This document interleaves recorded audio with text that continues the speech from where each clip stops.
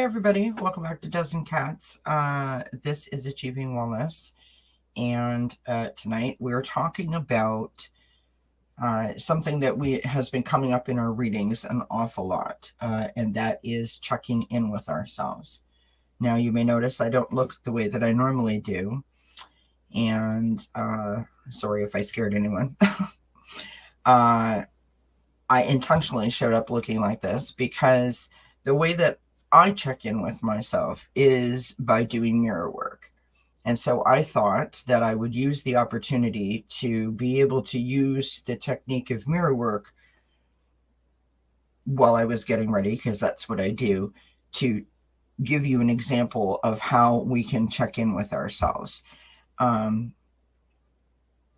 then we're going to toss some cards and have a little bit of fun, because I'm feeling fantastic. My sister is home finally after 13 days of being in the hospital, and she is surrounded by her family and the comfort of her, her surroundings and her environment and her puppy and her kiddos, and that's just a beautiful thing. And so my heart feels good. So it doesn't get much better than that, right? Hi, Mama Bear, or Scorpio Mommy. You changed your name. I was going to call you Mama Bear. Thank you for being here. Cardamancy Mosquitoes work lurking. So, without further ado, let me introduce you to my mirror. It seems very odd. This is a really hard thing to do, like to talk to the mirror when I'm supposed to be talking to you. So hopefully this translates, because it's really important that we take the time to check in with ourselves. And I do that, like I said, through mirror work when I'm getting ready. Every time before I go live, for example, this is something that I do. So this feels natural to me. I just hope that it resonates through the screen. Oh, thank you, Mama Bear. Appreciate that, because I'm probably going to do it a couple of times. So, yeah. Hi, Gerald. Hi, Joan.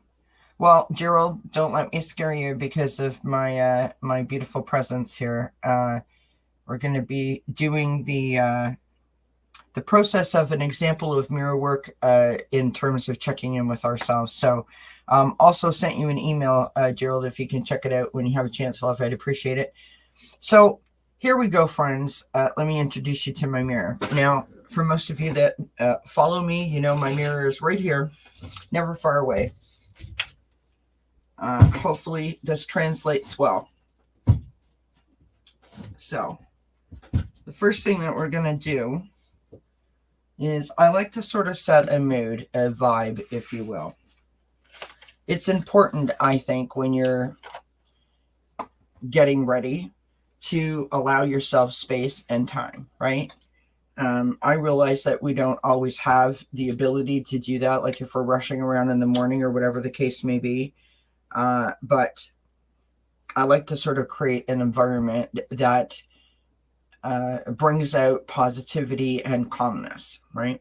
So I light a candle, and my candle sits over here on the ledge. So I do a couple of deep breaths in and out.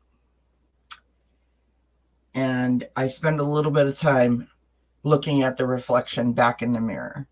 And I say something along the lines of, and of course this isn't rehearsed, so this is something along the lines of, you look really tired.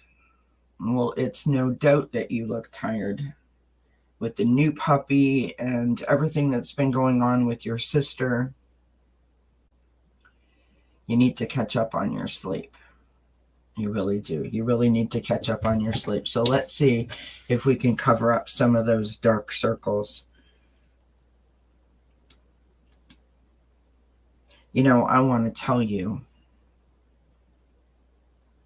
how proud I am of the job that you have done over this past 2 weeks, keeping your anxiety in check,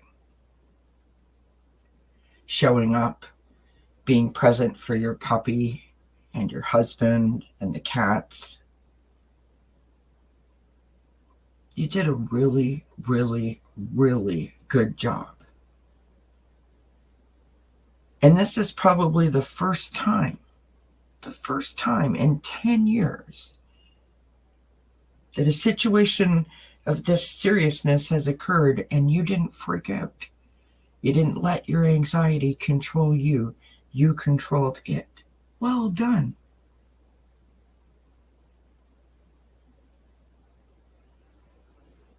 Really very proud of myself. Really very proud of myself. I didn't cave. I didn't lose control. I used the tools in my spiritual toolbox to help me.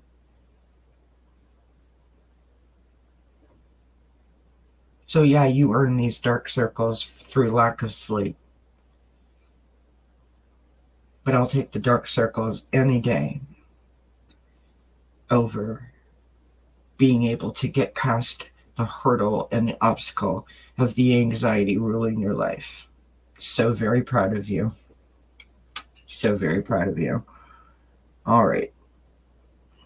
So we're going to put some of this on and hopefully we cover up some of those dark circles. Maybe we need to drink some more water, because we really haven't been doing that. And you know what's good for you. You know it keeps you calm. And you should do that more. You really should.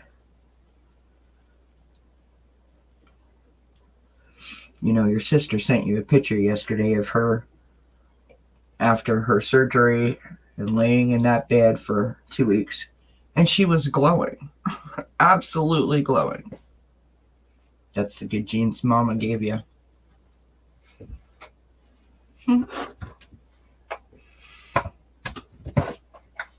That's the good genes Mama gave you.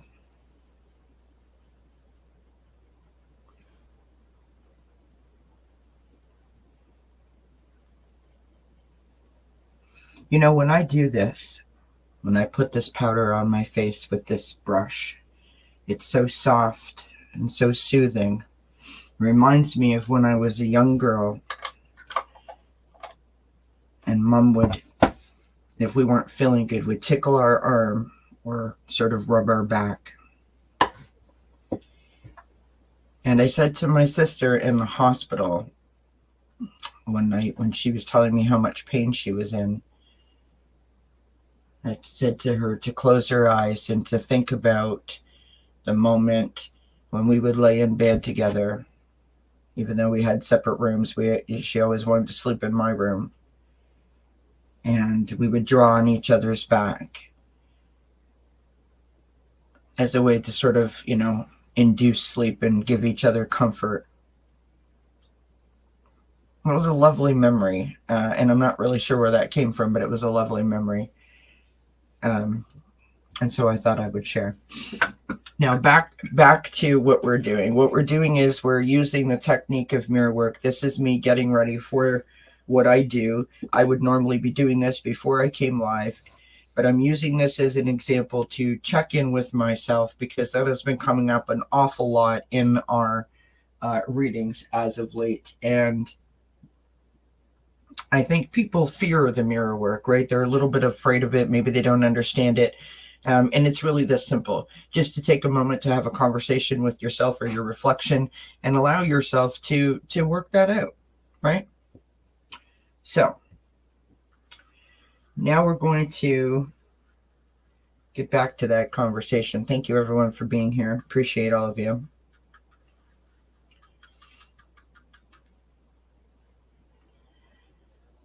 You know,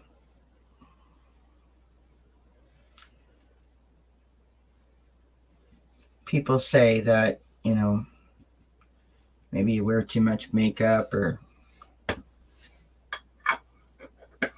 I feel good when I look my best. And I'm not saying that everyone has to agree that it's my best, but I feel good, and that's all that matters. When I feel good, I feel confident. When I feel good, I feel empowered. I feel like I can achieve my goals. I feel like I've got, all of my engines are running on, full steam, right? And I kind of dig that. I kind of dig that.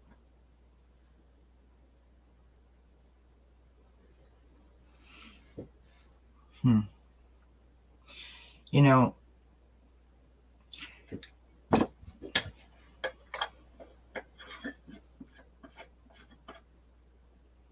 I've got up every morning since this new puppy arrived, between 6 and 6:30 in the morning, trying to help with getting breakfast and getting my husband out the door.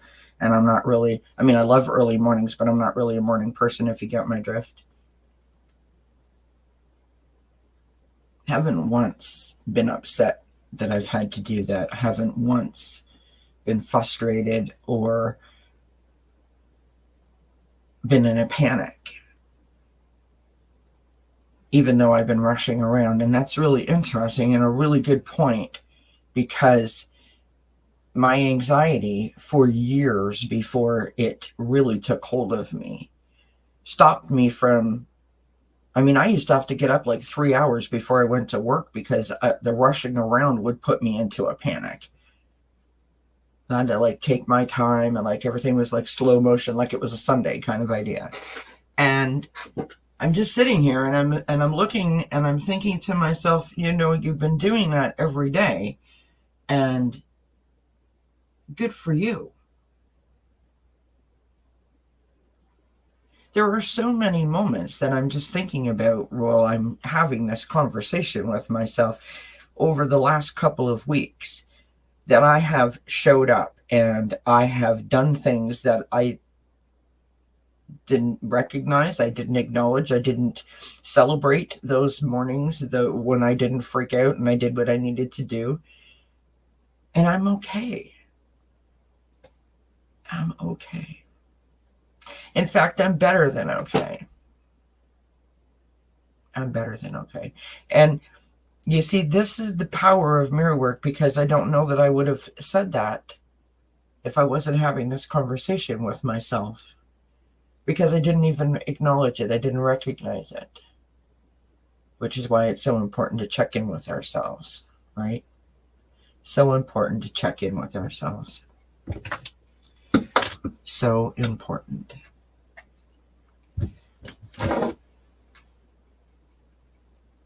So important.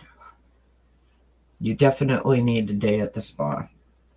A day where you can just relax and chill out and just allow yourself to just be. Those moments are so important. This right here, what I'm doing, is like my spa moment. This is when I feel like I am most connected to myself, when I allow myself to just take my time and have this conversation.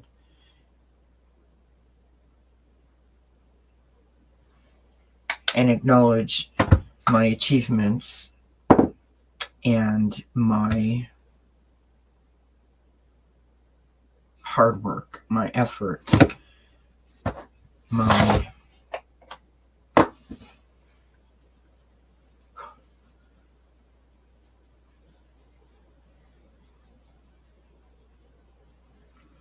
dedication, really, to achieving wellness.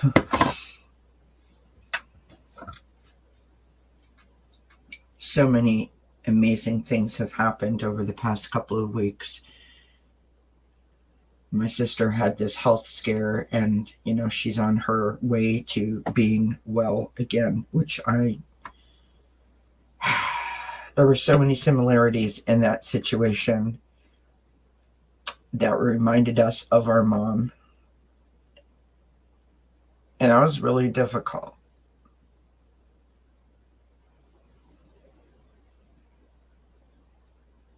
But here we are on the other side of it, and she's good.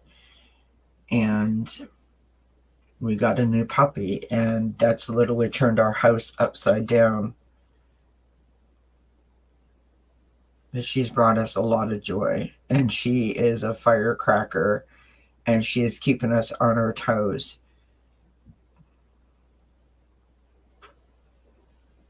Then I'm kind of loving it, because that's exactly why I wanted a puppy. Exactly why I wanted a dog. They're a different kind of companion than a cat. Not that I don't love my babies, because I do. Um,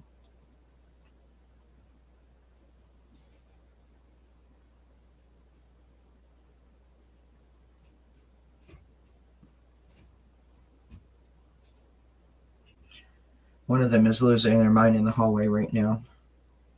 One of the cats.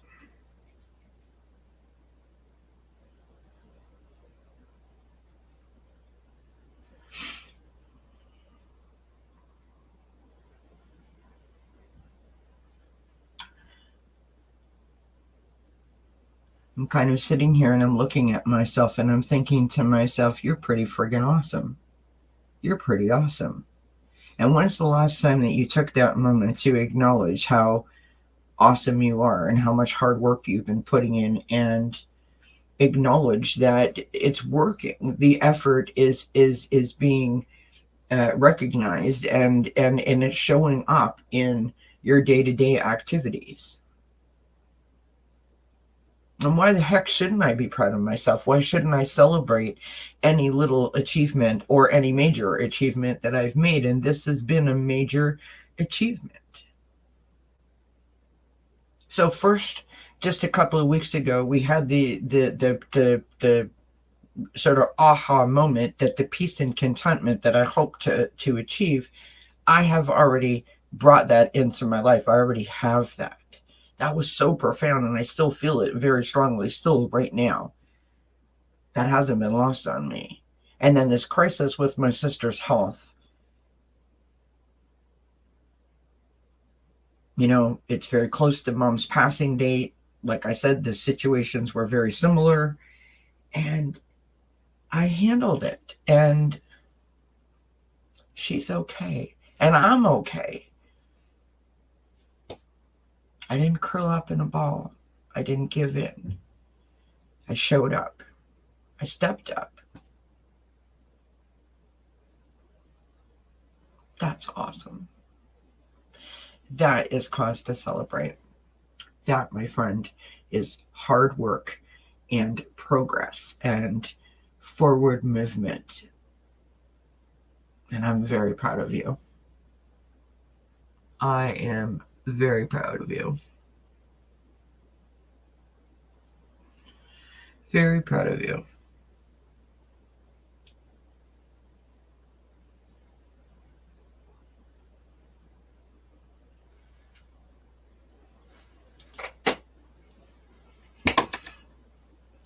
I make me want to smile when I say that. I'm proud of you. You deserve to acknowledge and validate that you have put in the effort and that you have done the work and that the results are now showing up. You deserve that. You deserve that. You deserve it.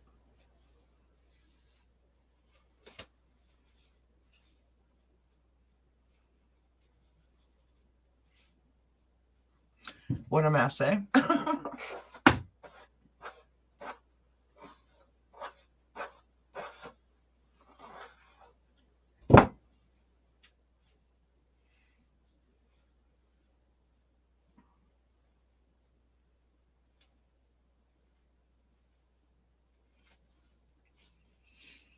So you know what I say, Kelly? I say, girl, you keep on doing what you're doing, because you are making a difference in your life.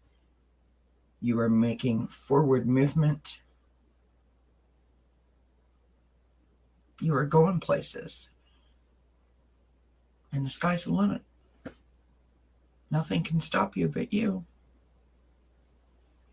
Nothing can stop you but you.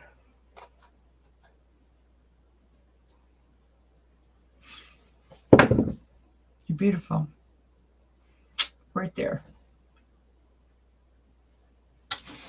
My friends, that is an example of how you can do mirror work and check in with yourself, and allow yourself an opportunity to have a conversation, to acknowledge your progress, where you're at, how you're feeling.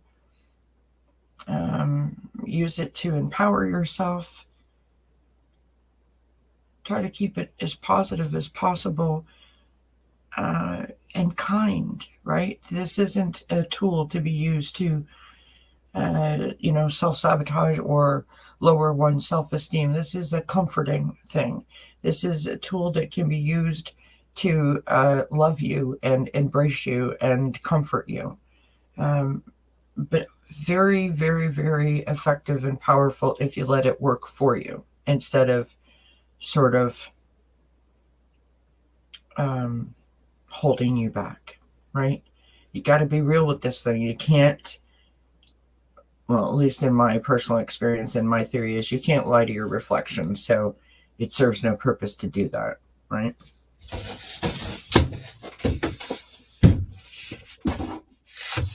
So the only way for me to convey that, as you all know, I've done some samples of mirror work on the channel, and it's hard to do that sort of, like that with people watching.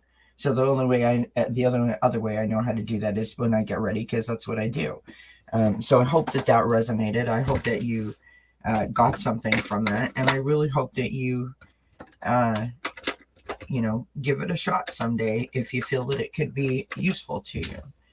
And so with that being said, we will just do the last few bits of the getting ready that I do to be the best Kelly that I can be. So I put on my anti-stress oil.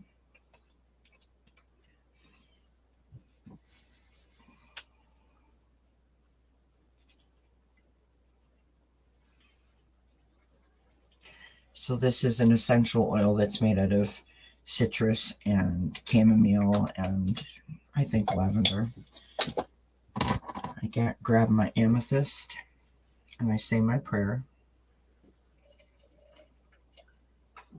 Sorry, my pop was leaking out of the straw. So bear with me for a moment.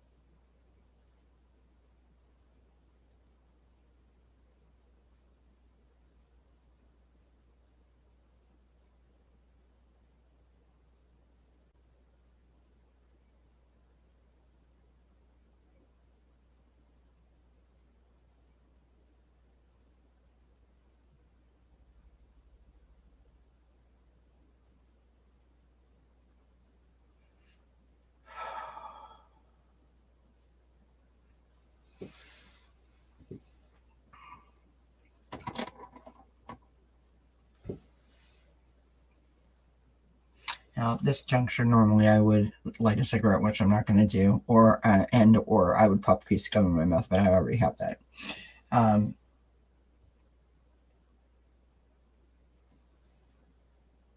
I would love to know how you guys check in with yourselves. How do you do that for you? How do you check in? Share it with me if you don't mind. Now I'm going to say hi to everybody because I didn't really have a chance to do that while I was doing my thing there. Cat Mama is in the house. Hello, Cat Mama. Mary Thornberry is in the house. Hello, Mary. It's good to see you. Of course, Linda is here. I think I said hi to Linda already. And Joan B. Carter Mancy Mesquite and Gerald. Teresa. Hello, my dear. How are you? Cheryl, your way. Welcome, my friend. Thank you for being here.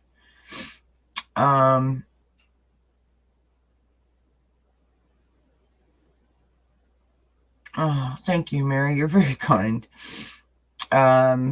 Yes, and Mama Bear is here.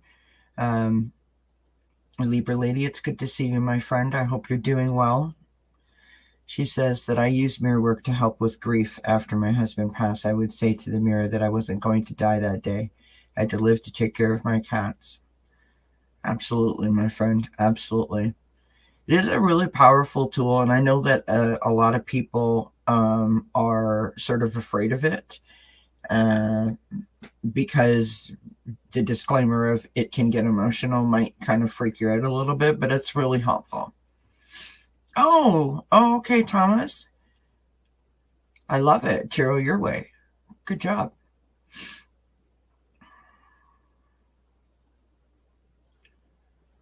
Absolutely. Well said, Mary.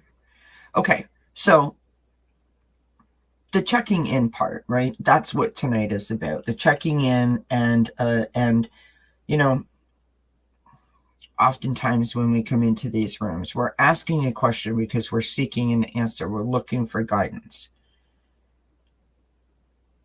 So even though you may have come here tonight looking for some answers or looking for some information or maybe even seeking some guidance, let's turn that on its side a little bit, and let's come from a position of, so after my mirror work and after my moment of checking in with myself, I have stepped away from the mirror and I look great and I feel great and I'm proud of myself and I am congratulating myself because I have acknowledged that I have been able to handle things in a way in which I never thought was going to be possible. And so I am feeling up here. I don't need any guidance. I'm not looking for any information or tips or answers. But what can we do to keep that momentum running? To keep that momentum flowing? What can we do? Well, now I'm looking for what? Now I'm looking for validation, right? I'm looking for someone to co-sign what I just said. So now we're going to pull some cards and we're going to see if spirit backs up what we just acknowledged. And this is a great way that, again, you can check in with yourself. Just pull yourself a card. There's cards out there for everyone, and you can use the cards in a way that allow them to speak to you, to give you food for thought, as we say in our daily videos. But you can also use them as a confirmation. You can use them as guidance, of course. But it doesn't always have to be in terms of something that you're not doing or something that you need to do. This is one of those times where I don't want to hear that. I just want to hear, you know what, you did a good job and it's showing, kind of idea, right? Joan B says, I sometimes repeat positive affirmations while I'm driving to work. I say it over and over until I really feel it and internalize the positive energies. Then I move on to different affirmations and repeat. I love that, Joan. And I will tell you that when I first started having panic attacks, I would do these crazy, weird things, anything that I could, anything that was effective, let's put it that way. So if I tried it and it worked, I would stick with it until it didn't work. So I would close my hand up in a fist and put my thumb inside, and I kind of rub my belly. I think I've showed you guys this before. You sort of go from underneath your breastbone down to your navel in a like not pressing hard, but hard enough that you feel it. Because that would regulate my breathing because I'd be concentrating on that sort of rhythmic movement. And I would spell words out like joy and peace and love and relaxation and imagination and dream. And I would say them out loud, right? Happy, Happy, joy, Joy, dream, DREAM. And I just keep repeating them over and over and over and over and over and over again. I don't even know how, and I don't know why that it came to me in that way, but it worked. And so I didn't really second guess it. I didn't question it, right? We all have the things that we want to do. Do you know what I mean? And we all have things that work for us. And that's totally okay. That's totally okay as long as it's working for you. Oh, good, Teresa. I'm glad that you're doing well, my friend. So Linda says, I haven't checked in with myself regularly, but now I recognize it's something that I need to do. Linda says, I have learned new insights into what some of my true feelings and issues are. Interesting, Linda. I mean, and now that's something to celebrate, right? Because now at least you have a map, right? You kind of know where you need to go or where you need to be, if that makes sense, in terms of processing, your feelings. So I'm proud of you. That's one of the hardest things to do, is to find the thing, whatever, or the things, right? Mary Thornberry says, I am looking for a young soul rebel. Laugh out loud. I love it. Thomas says, I have been meditating, excuse me, is much harder than I thought to clear mind of thoughts and focus on breath, practicing gratitude morning and night.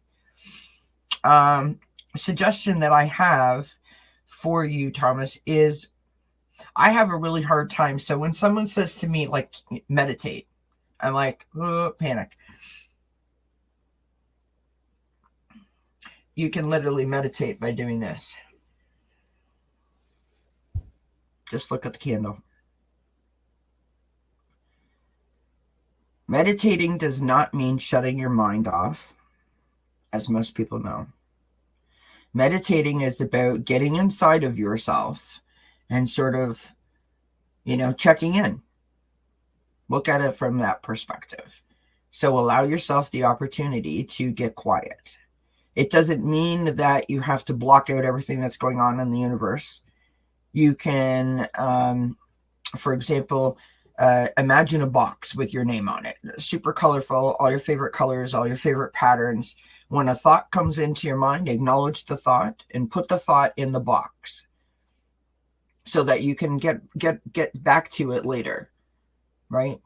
Maybe come from a standpoint of, this is my time right now, thought,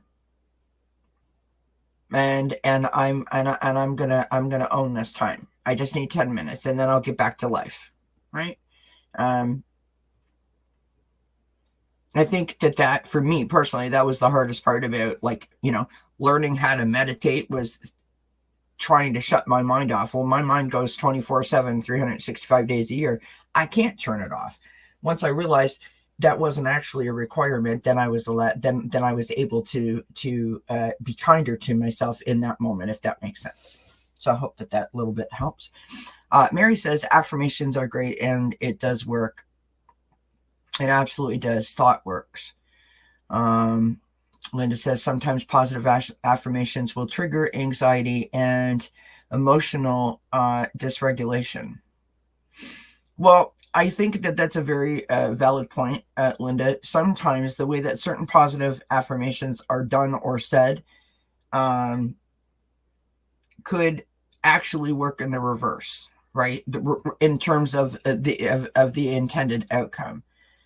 For example, you all know that I have issue with the word mistake. I say it. Other people say it. People say it a lot. I don't like the word mistake. I don't like what it implies. It's negative. It has a whole negative vibe to it. And I am one of those people that if I allow that negative vibe in, that negative vibe could take over. So I try not to say those words. Some positive affirmations are like, well, if you do this, this, and this, then all your dreams are going to come true. And I'm just like, no, not so much. So to your point, that's a really, really good point to make. And I appreciate you saying so. If something doesn't resonate with you, it doesn't resonate, right? And you are not going to be successful. It's like going on a diet. You're not going to be successful on the diet if the diet says that you can only eat lettuce and you don't like lettuce. You're going to have to find a different program or something else to eat. You know what I mean? Like, it's just not going to work that way. Hi, Gypsy JJ. Good to see you, my friend. Thomas says, Linda, I sometimes have to look at my ID to remember who I am. Yeah. Linda says guided meditations or with calming music is still meditating. It absolutely is. Hi, Bims. Good to see you.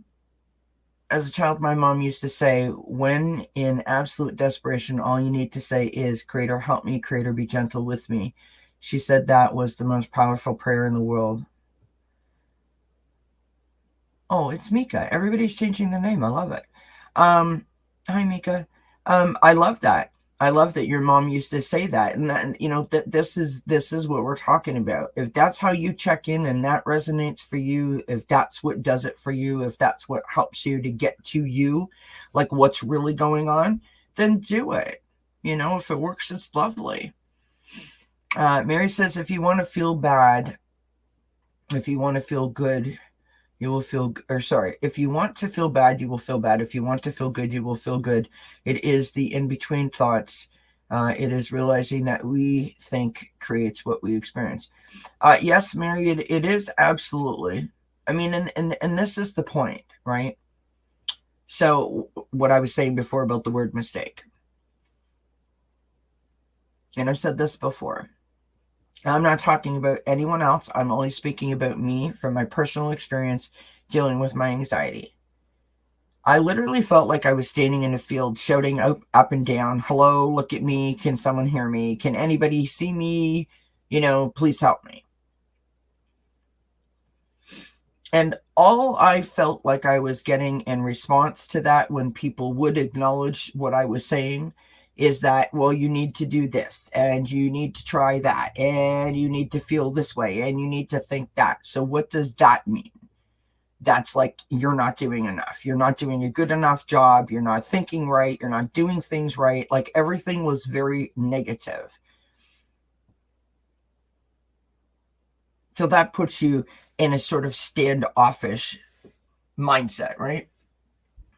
Then people would say to me, well, then, you know, make me understand.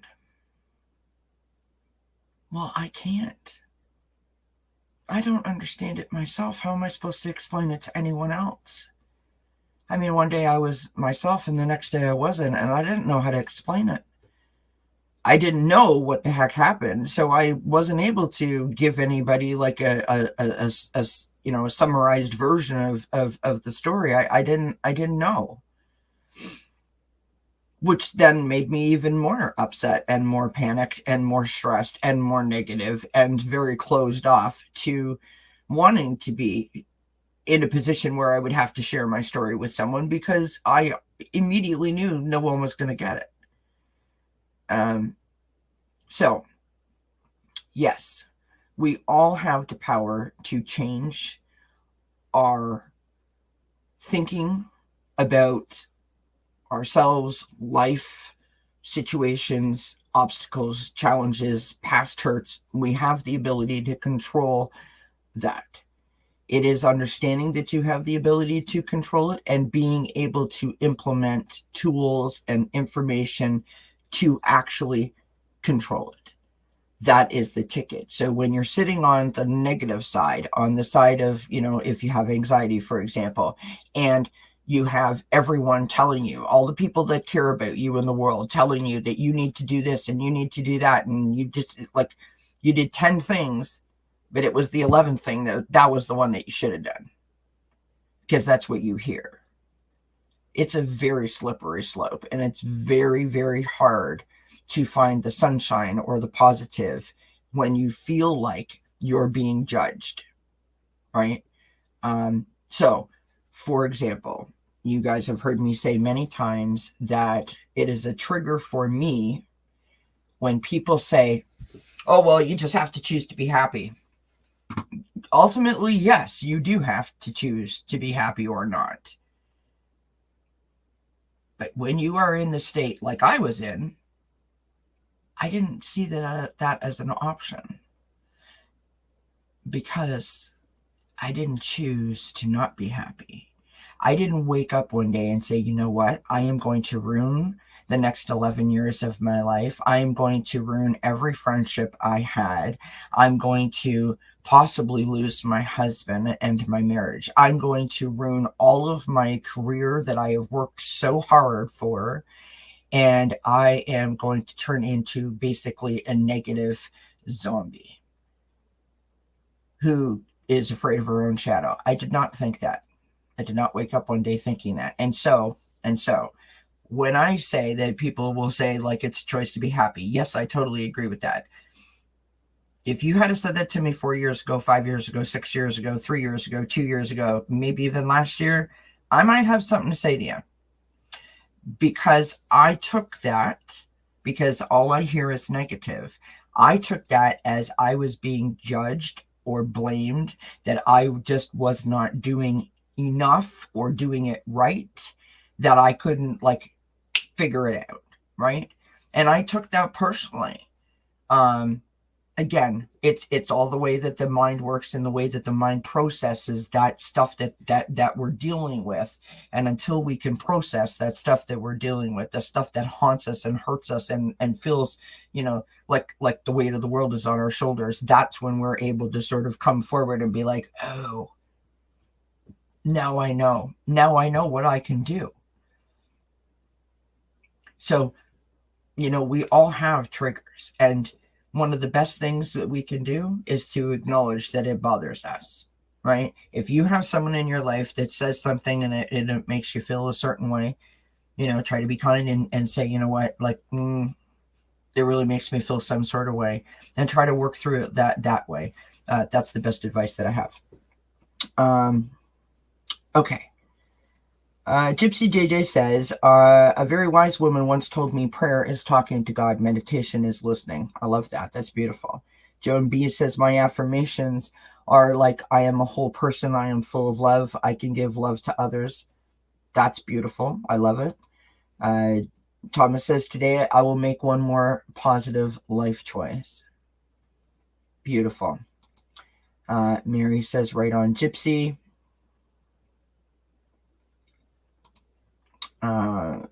Bob Ross used to say that there are no mistakes, only happy accidents. Yeah, absolutely. Linda says, every one of us are different and unique. You have to find that what works for you personally and where you are in that moment. 100%. My issue is not everyone else's issue, and everyone else's issues are not my issues. But, together we can support each other as we navigate said issues, right? And I come from the school of this, I don't know that there's a problem unless you tell me that there's a problem. So if you tell me that this, X, Y, and Z bothers you, let's try to work together to figure out how we can help that situation and not have you bothered by it. You know what I mean? And even that, when you say it like that, sounds so much more positive than, see what that jerk is. You know what I mean? I see it all the time, you guys. I see the change myself, and it's amazing. And I didn't mean to be talking about me, but just when I said that, I was like, wow, I actually heard that. What a change. Linda says, sometimes feeling sad is okay. Feelings are meant to be felt. If you push away negative thoughts without acknowledging them, they will come back to you stronger. 100%. If you don't work through them, I mean, okay. The whole thing, like when you were little and they'd be like, just have a good cry. Everything is better when you have a good cry. Like when you're on the other side of a good cry. Yes. You feel a sense of relief because you cried, or release, shall I say. But you haven't fixed the problem until you acknowledge what made you cry in the first place. Do you understand what I mean? And Mary says, what I really get is that most people in these YouTube streets are lonely. We do not live in real community. That is why I love you all and wish I can meet all of you. Oh, you're very sweet, Mary. But yes, absolutely. I mean, here's the thing. Like, we don't know that in real life that we'd even get along. Do you know what I mean? Because we only see each other for a short amount of time. And I'm not saying that I don't think that we get along, but you understand what I mean? This is not like, it's real, but it's not. And here's what I have to say to that. I love this. I love what we do here. And I wouldn't change anything unless I could make it better. Right? Thomas says, when life gives you lemons, find someone whose life or whose life is giving them vodka, not condoning taking of drinking. I love it. So let's continue to check in with ourselves, okay? Because it's important. It is important to check in. I want to know how I am, and I want to, especially specifically for me, I want to always stay on top of the fact that any progress that I'm making is not going by the wayside. I am not acknowledging and that sort of step or that milestone or that achievement, because if I don't, I feel like I could slide backwards so easily. Do you know what I mean? So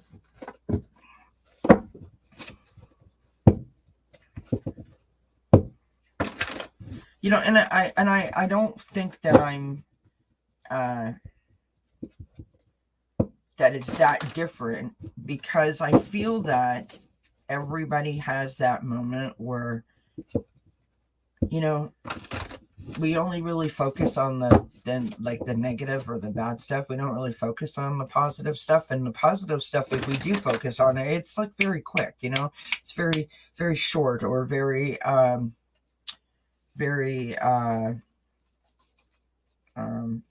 you know, kind of like, I don't know what's the word I'm looking for. Very kind of like, you know, haphazard, and just kind of like, it's not, you don't put all your effort into it.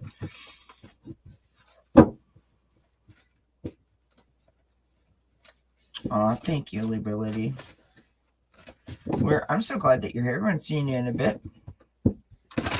So we're going to pull some cards. Now, I just want to know what Spirit has to say in terms of checking in with ourselves, because it is important. That's how we get to know how we're feeling. Sometimes you don't know. So if you had an experience like I had a couple of weeks ago, where I had asked everyone here in the month of February, we were doing Matters of the Heart, right?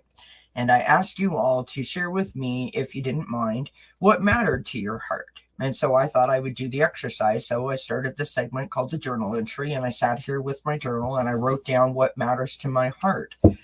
And what matters to my heart is peace and contentment. And as I was talking about it, I was like, oh my God, like I've already done it. I've already achieved it. I already have this back in my life. And it was such a powerful moment. And it's still just as poignant as it was when I said it, which was like 2 weeks ago. And I'm like astonished that somehow I missed that. Because, you know, I'm doing my life. I got busy and I didn't even take a moment to check in with myself to realize, Kelly, you've already got this. I mean, I should have thrown a party like my 50th birthday. You know what I mean? That's how intense this has been. My number one thing for 11 flipping years, that I needed to have this feeling of peace and contentment in order to function. That's my thing. That's been what I've said for this whole time. And there it was in black and white right in front of me. And I wrote it down and I said it without even acknowledging that I did it. And then I was like, oh my God. So that is kind of the thing that I'm talking about. That's the kind of thing that can happen when you allow yourself to check in. All, you know, that huge list that you have for yourself where you want to do all these things to improve or whatever. This is the moment when you check in with yourself and you realize, you know what? I don't need to do that anymore because I've already done it, or I'm halfway there, or I've been working on it. You know what I mean? All right. So, I think when people say half glass full or empty, I say that my glass is full, half air and half water. I'm a whole person and not half. Good for you. I like that. Thomas says, I like that your approach is to healing and mental healing. You have been so brave in being honest about your struggles. I've seen a lot of progress for you. Kudos, Kelly. Thank you, Thomas. I appreciate you, my friend. That's very kind. Mary says, this is power. I think that we do not have a handle on, but leading us to where we need to be. This interaction that we have with each other is magical. 100% it is. I mean, listen, we're stronger together. I don't have all the answers. I only know what I've been through. And if me sharing something that has happened to me, or my thought pattern, or something that worked for me helps someone else, then I am 100% in, because I don't want anyone to ever experience what I experienced. I don't. And I realize that that's not realistic. Other people are going to have this experience. But if I can help by sharing a tip or a tool, or just saying, you know what, I'm here, I'm willing to do it, because it was I feel like I lost everything. It's a miracle I'm still sitting here. So yeah, no, that's not okay with me. And I'm also sitting here because I want to take the blame and shame out of it. There are so many people that are walking around suffering in silence because they're afraid of, what the neighbors might say, or their coworkers might say, or what their spouse might say, or their best friend might say, or their family might say, or whatever. And that's not okay. It is not okay. It is not okay that people are judged and blamed and shamed because they have a mental disorder, whether it is a hereditary thing, whether it is because of something that you suffered in your childhood. It is not okay.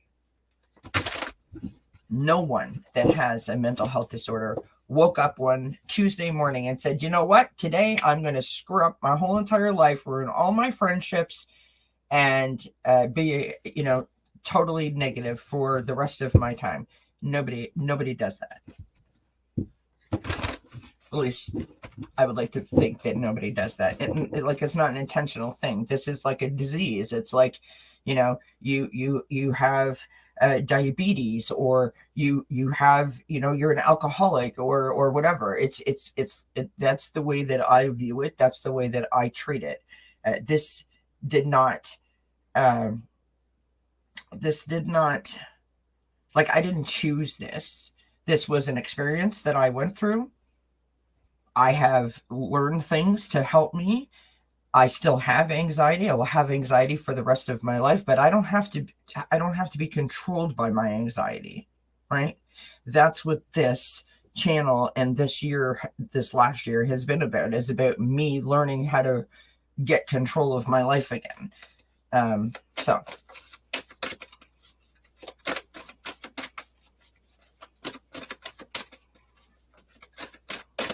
thank you, Gypsy JJ. I appreciate you, my friend. All right, so we have the wise counselor coming out. Okay, so the wise counselor is the Hierophant, which is interesting because it is learning. It's about traditions. It's about a feeling of belonging. It's about your belief system. This is about counselors and therapists and doctors and people in authority. Maybe a religious person or something like that. This card coming out first is, the help, and also the feeling of, where do I fit in? Where do I fit in? Where do I fit in? How do I make this work for me? Because it's frowned upon, right? That's why checking in with yourself is important. We've got the Wheel of Fortune, right? Progress. The forward momentum. If you learn the lessons, if you take the information being given to you and you learn the lessons, then you move forward. As long as you're moving forward, you're making progress, right? You're going somewhere. It's when you are spinning your wheels that it really, really has a profound effect on you, right? The Wheel of Fortune is about change. It's about luck.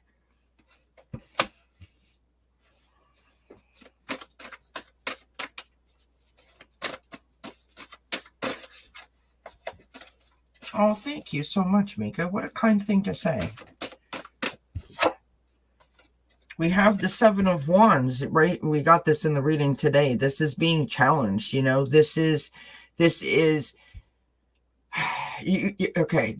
This card, the Seven of Fire or the Seven of Wands, if you were to ask me 5 years ago what my definition of anxiety was, if I knew what tarot meant then, I would tell you it's the Seven of Fire. Because you feel challenged, you feel resistant to the challenge, because you don't understand why you're being challenged, why you feel challenged, and you are determined to reduce the challenge so it doesn't feel so challenging, but you have absolutely no idea how to do it. You're clueless. Usually because you're frozen in fear.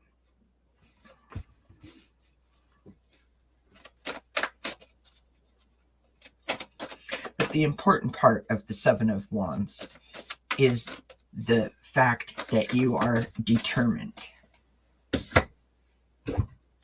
You can't make this stuff up. You can't make it up. We have the Sun card. So we start out in the past with this sense of tradition and belongings, right? Going the route of therapy. Maybe this is, a spiritual advisor, a psychiatrist, trying to fit in that mold, right? Trying to fit in that mold. Where do I fit? Where do I belong? You have the Wheel of Fortune. You're trying to just get on with it. Trying to just make things happen, right? You're trying to just do life. If you learn the lessons, you continue to move forward. If things happen and you don't learn from them, you will spin your wheels. If you spin your wheels, you are met with the challenge of the Seven of Fire, which is challenge itself. This is literally being stuck. Nothing works for me. My life sucks. I don't know why this is happening to me. I don't know what to do. I don't know where to go. I don't know how to find help. I don't know. If you can dig into the determination side of you to be more positive about the challenge, right? So I'm not going to let this challenge me in a way that it's going to defeat me. I'm going to use this challenge to better myself, right? To improve myself, to come out on the other side of it. I'm going to use it to motivate and inspire me, right? Then we get to the outcome, which is the Sun. Joy and blessings and success. The Yes card in the Tarot. You have arrived. You have found your joy again. You have found your joy again.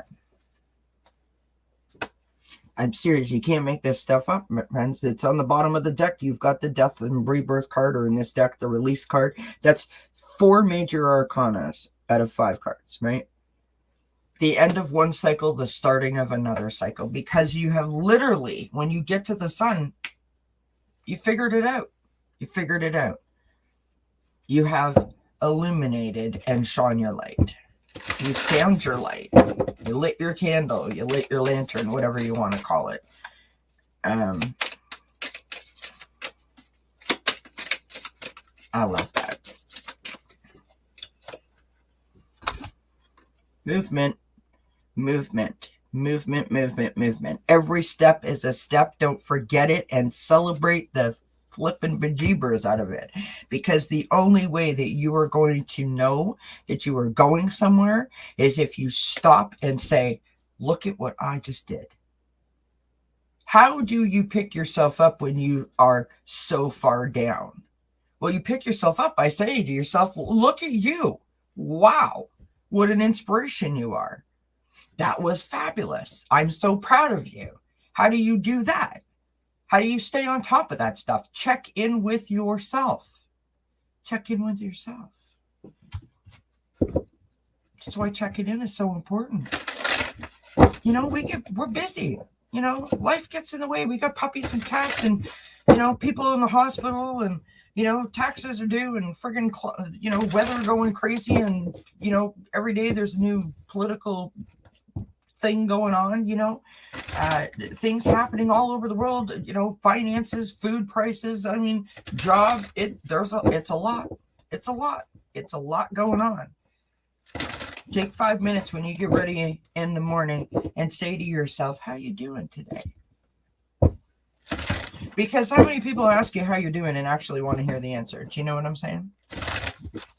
All right, this is the Power of Surrender deck that I have here. Okay, and we have 2 cards that have come out.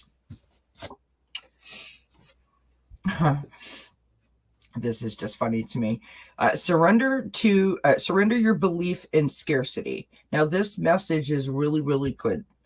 The universe is asking you to open to the infinite nature of abundance.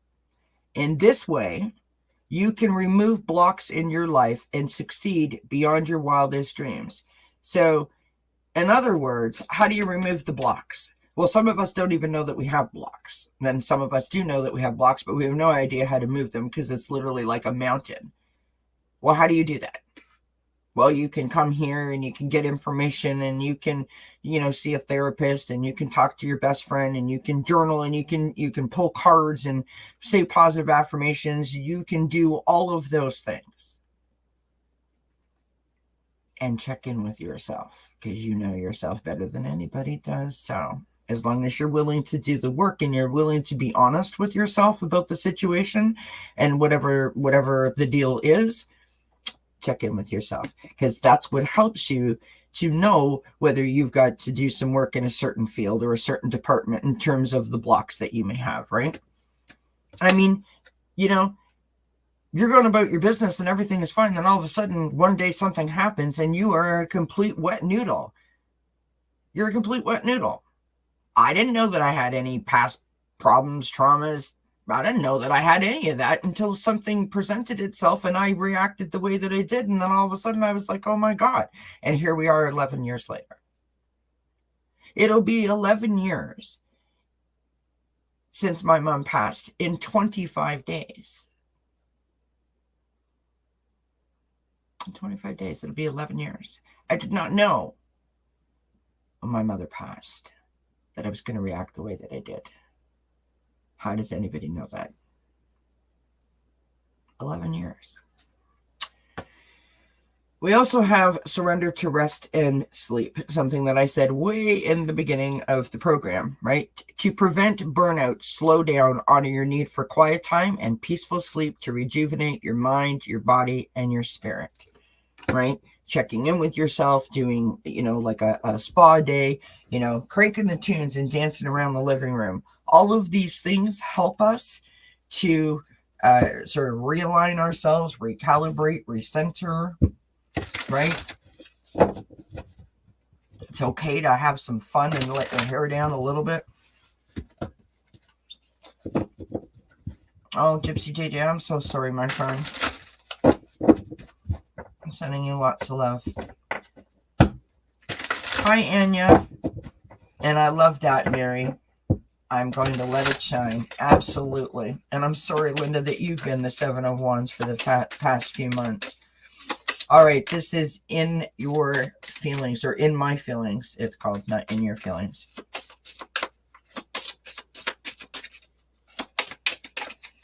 Absolutely true, Mary. We've got world travel. To me, this card, now this can mean a lot of things to a lot of people. I mean, it could be obvious, book a trip, go to Italy, something like that. But to me, this is about getting out, living my life again, right? Allowing myself to be whole and feel whole. If that makes sense, because I don't leave the house, right? So to me, this card represents getting out, standing at the doorstep and saying, okay, you know what? I'm just going to do something, right? Just get out there and do something. That's a great way to celebrate. Thanks for being here, Anya. Appreciate you.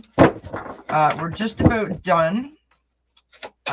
It was a good show. There isn't that many people here tonight, but that's okay. We like an intimate crowd. I love it. Beautiful card. This is from the Cat Wisdom deck. Look at this little kitty. We have fullness and giving thanks, right? Gratitude, counting our blessings as an excellent way to remind ourselves that there are so many other things going on that we are grateful for, that we have to be grateful for.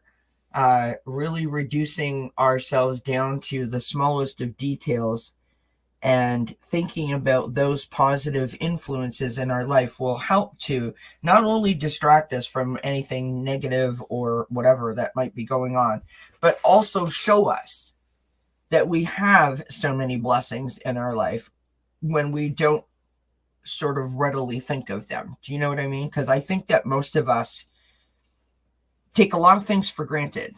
Not that anyone does it intentionally, but that's, I mean, it's just the way that it is, right? Because we're all busy, we're all doing 58 million things, right?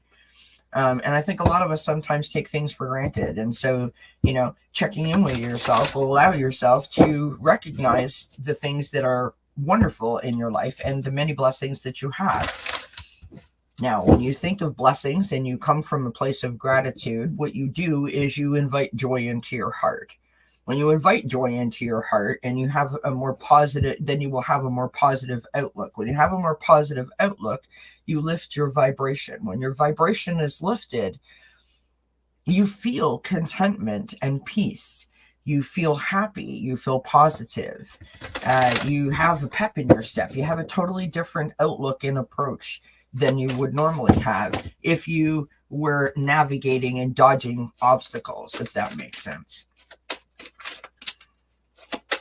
And I don't know about you all, but I don't look good with my shoulders up near my ears. If you all go back to my very first videos that I did, I was like this. People used to say that to me all the time, and I'd be like, I don't even know what that means. Like, what does that mean? My shoulders are up near my ears. I don't get it. That's because I was so stressed. When you're stressed, you hold yourself very tight. And I literally was so stressed that I would sit like this. And I didn't know that I was sitting like that. I wasn't aware that this is how I looked until someone pointed it out to me. And now I'm like, oh, I actually have a neck. Look at that.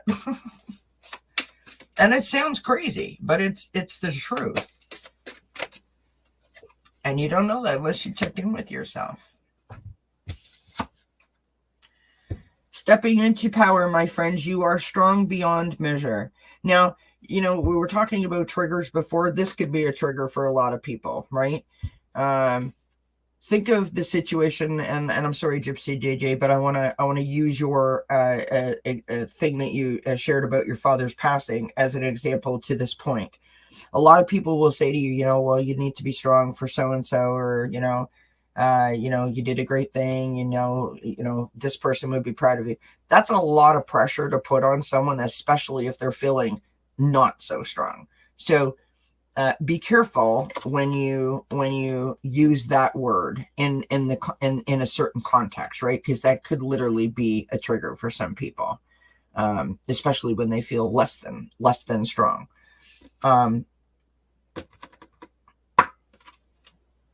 Just as a footnote. You know what's weird about that statement that I just made? I was told my whole entire life how strong I was. I was the person that everyone came to if there was a crisis in the family, if someone was sick, whatever, because I was calm, I was cool, I didn't freak out. I mean, how funny is it, really? I hear myself saying it, and I know that it's the truth, but I think to myself, that must sound nuts. But in the context that I mean it, I was that person. I was the person that everyone went to if there was a problem because I was calm. I was fine. And I was told my whole entire life, you're so strong, you're so strong, you're so strong, you're so strong, you're so strong. And it's not that I'm not strong. That's not what triggers me. When people say, well, you're so strong, I think to myself, well, is that a great thing? Like, what does that mean, that I'm strong? Because if I was so damn strong, how come the last 11 years has been nothing short of a, disaster?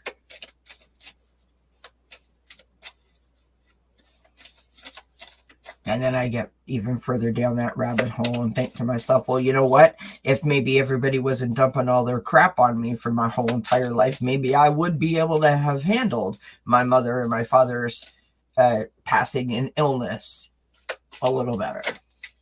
And then I think to myself now, you know what?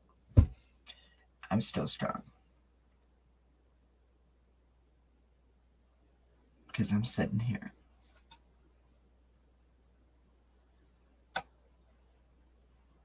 And I don't think any more about it.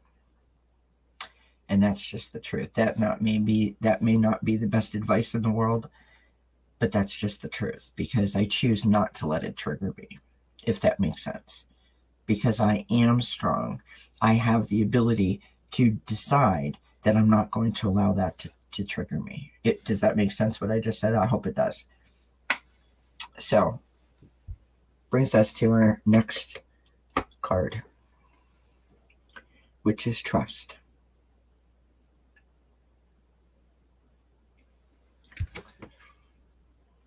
You are looking at a situation from a purely physical perspective, and therefore you cannot see the bigger picture and the blessings interwoven within the event itself. We, your angels, urge you to trust, for all will work out in the best way possible. Let go of your fear and your apprehension, and allow God's healing energy to flow to you. Trust, for all will heal in ways you never thought possible.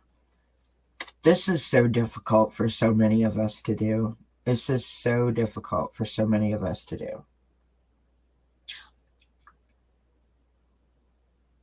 It was difficult for me to do. I didn't trust myself. I don't even like to say that, but that's the truth. I didn't trust myself. Not because I was going to do anything, untoward. But I didn't recognize myself, so I didn't have any faith in myself is probably the better word. So I didn't trust myself. Sure, I can read that again. You are looking at a situation from a purely physical perspective, and therefore you cannot see the bigger picture and the blessings that are interwoven within the event. We, your angels, urge you to trust, for all will work out in the best way possible. Let go of your fear and your apprehension, and allow God's healing energy to flow to you. Trust, for all will heal in ways you never thought possible. So to me, this is about control.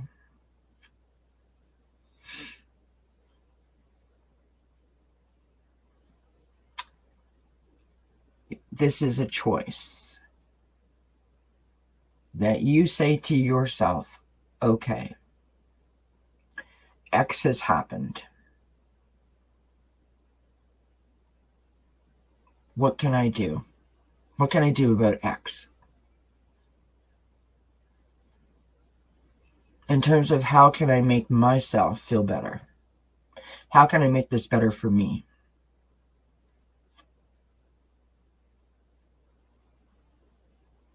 If it's a feeling thing, like Gypsy JJ's situation with her father just passing, or Anya's situation about her emergency surgery, or my situation with my anxiety. If you've gone to the doctors and, you've gone to therapy and you thought you put in the work and, you've been kind to yourself and you went to the hairdressers and you got a mani-pedi and you've done all the things that you think that you're supposed to be doing, but you still are residing in that, oh, God, this is so hard kind of vibe. That's when the other things that we were talking about, that's when those things are helpful. Checking in with yourself. What is really going on? What is it that you're afraid of? What is it that you are really feeling? And how can we work through those feelings so that those feelings don't control you, that you control them? If that makes sense. Understanding the lessons. So the reaction to the situation, why did I react that way? What can I learn from that? How can I make that better for myself, right? Try taking it from that standpoint. And I'm not saying that anyone isn't. I'm just saying this is sort of this, right? Try to break it down. Because if we ignore it and we avoid it, it's only going to get worse. It's not going to get better. You haven't accomplished anything. You've just buried your head in your sand and you're literally spinning your wheels.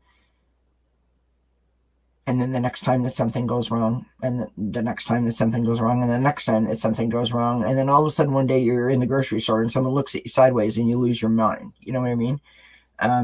That's what happens because you're piling all this stuff on top of yourself, and you don't have the ability to breathe anymore. That's what it feels like. You literally feel like you're being, sort of shoved down further and further and further.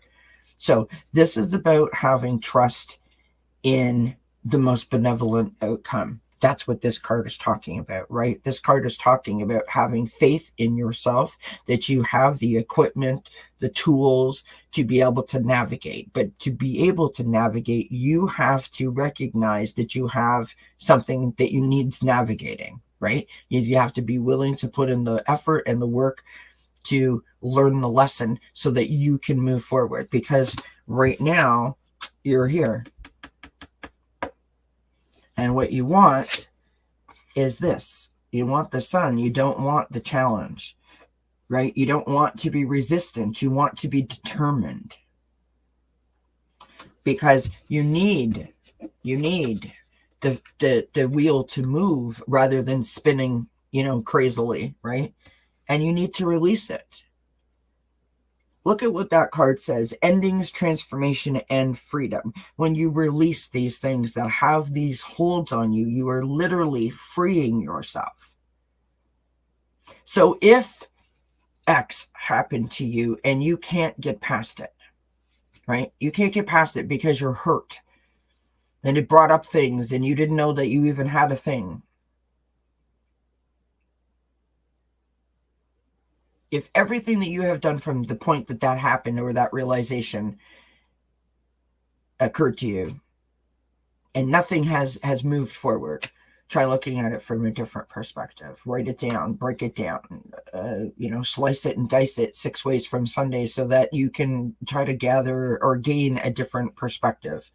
I say oftentimes, instead of looking at something this way, try to go above it, right? Or look at it from over here. Just try a different perspective. What is it that's bothering you? That's where Susan Lynn's The Damn Thing exercise is great, because you're taking the problem and you're breaking it down. Why do I feel that way?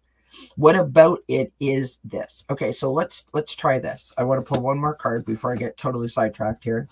And then I'll give you guys an example of what I'm talking about in hopes that it will help. This is The Universe Has My Back cards.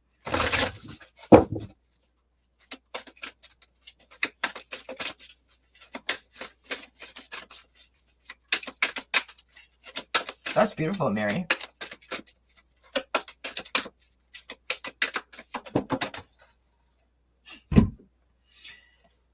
What did I say before, friends? You cannot make this up.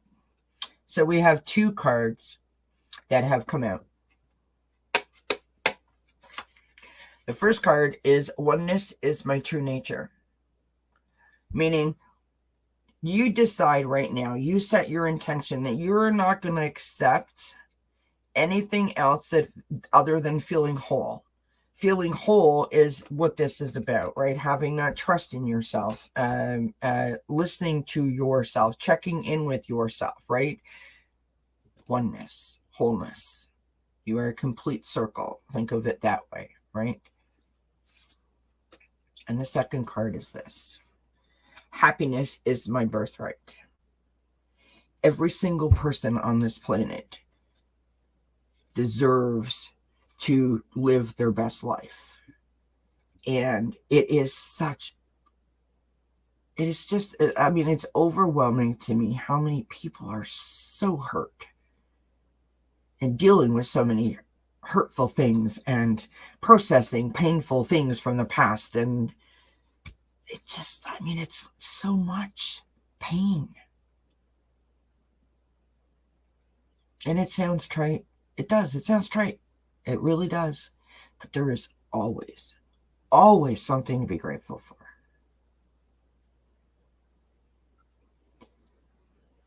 So, with that being said, here's a little example of what I mean. So try this. Try that little experiment like I suggested a couple of weeks ago, right? Get out your journal, a notepad, your phone, whatever, your tablet, and ask yourself what matters to your heart. What matters to your heart?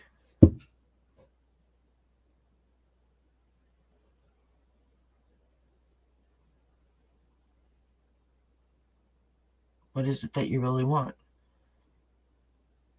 What are you trying to achieve? Where do you see yourself? Where do you want to arrive? Where do you want to be? Where do you want to go? What matters to you? Make sure that you're in a quiet place. Make sure that you give yourself, 10 minutes of free time so that you can really think about it. Write it down if you want or not, or a combination of writing and talking out loud, and work through it. What matters to your heart? So for me, and again, I'm going to repeat this, right?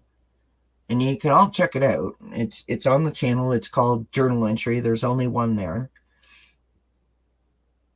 I had asked all of you guys to follow that example. I'm repeating myself for the people that have just come in, to participate in the exercise that I asked all of you to do, which was what matters to your heart, because the month of February was dedicated to matters of the heart. And so I thought I would participate in the exercise, and I wrote it down. What mattered to my heart was peace and contentment. 11 years, I have wanted to find that again, and I never thought I was ever going to. I felt like I would be on a uphill battle for the rest of my life, that I would never achieve that again. And all of a sudden, in that exercise, I was like, wait a minute, what? Wow. I already have it. So, I wish that to be your experience, but if it's not, that's totally okay. But the point is, writing it down helps to bring it into a more real and tangible, obtainable thing, if that makes sense, right? Now it's right in front of you, and you're like, oh, okay, I know how to do that. But when it's all this, like, well, you got to do this, and you got to do that, and you got to go here, and then you got to go there, it sounds like, I don't know what to do, right? So, now when I say what matters to your heart, so Mika says, I want everyone in the world to be healthy and happy. And that's totally okay, because that's a great thing to have as what matters to your heart. What I meant by the what matters to your heart is your heart for you. So if that's what matters to your heart for you, is that if you feel that if everyone in the world was happy and healthy, that it would be a better place, and then we would all, be better off, great. That's your thing. What can you do to make sure that that actually happens, or that goal is actually reached? There's a lot of things that you could do. You can volunteer, at a senior's home or a daycare, or at the animal shelter, walking the dogs, right? You can help your neighbor when they're bringing in their groceries or shoveling the snow out of their driveway. You can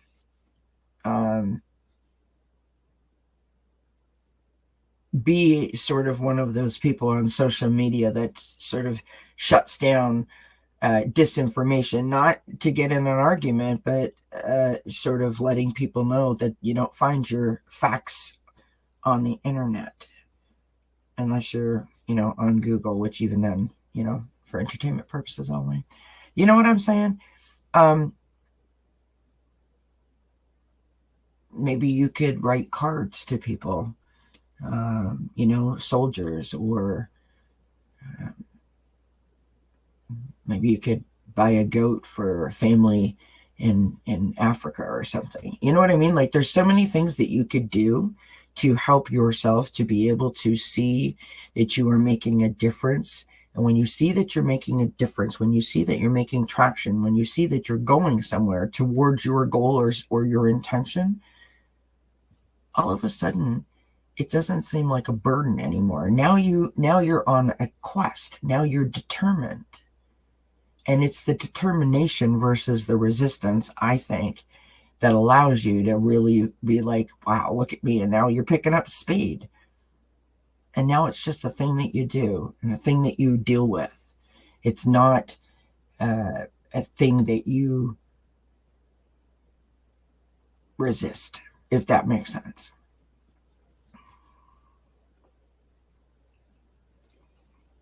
Yeah.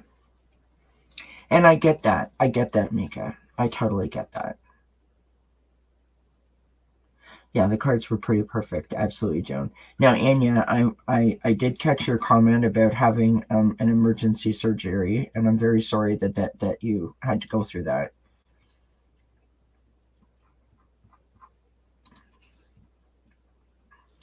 And that's the thing, when we have a situation like that, like a surgery, we do have to process that, you know.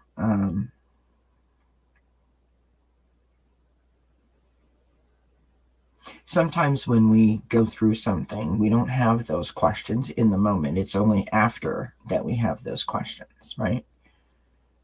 Why did it happen in the first place? What does it all mean? I don't have a whole lot of words of wisdom when it comes to that, except to say that I now understand. Like, now I understand that if I live in the outcome or the potential outcome or the outcome that I've created in my mind, that it's all based in fear and not in reality. And I will literally suck the joy out of whatever it is. I will literally think of every possible negative point or every negative sort of possibility. Nothing will be positive. Nothing will be good. Nothing will be joyful or happy about that. I will literally think of every negative aspect that I can possibly think of, because the fear controls my thinking.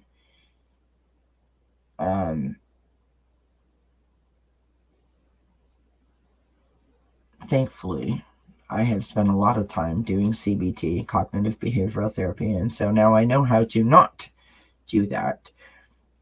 And so I have to make a consistent, conscious, and consecutive effort every single day to not choose certain words and not read certain words, not react to certain words in the way that I once did. I have to literally half full it instead of half empty it, right? And there's it is painful when you first start. I'm not even gonna fib about that, but once you sort of sink your teeth into that vibe, it's actually quite it really catches on. It's quite easy to do. And what I mean by that is this. So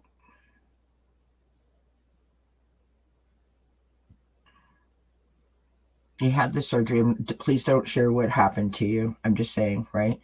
You had the surgery and now you're in recovery, and you got nothing but time on your hands, and you're sitting there thinking like, this is crazy. How did this happen? What does this mean? Am I okay? Am I not okay? Is this going to happen again? Is something else going to happen to me? All of those things are valid points, first and foremost.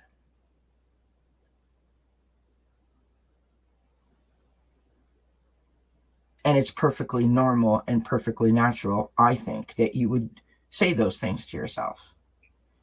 The difficulty is, don't get stuck there. So for every negative or semi-negative thought that you come up with, I want you to do a little exercise with yourself where you come up with two positives to counteract that negative thought. So what if this happens again? What if it doesn't? What if I go out and go on that dream vacation that I've always been planning? That kind of idea. It is something that they taught us in grief counseling, that every time that I thought of my mom and I got upset, they asked, so for every upsetting or negative thought, that we then think of 2 more positive thoughts, and get as detailed as possible about those positive thoughts. So, why did this happen to me? What if it happens again? What if it doesn't?